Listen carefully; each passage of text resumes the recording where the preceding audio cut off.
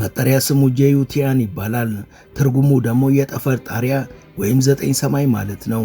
ጀቱ ዓለምን በአድናቆትና በድንጋጤ ያስፈዘዘው ማበርከት ከሚችለው አገልግሎትና ማድረስ ከሚችለው ጉዳት አንጻር ነው እንጂ ያለ ምክንያት አይደለም።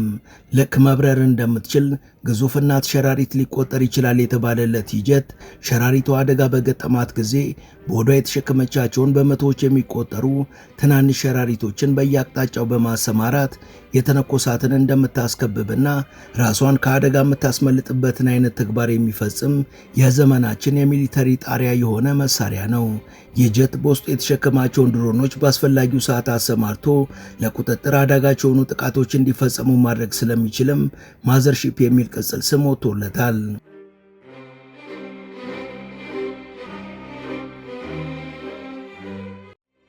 ሙሉ ታሪኩን በመሿለኪያ ቲዩብ ያገኙታል።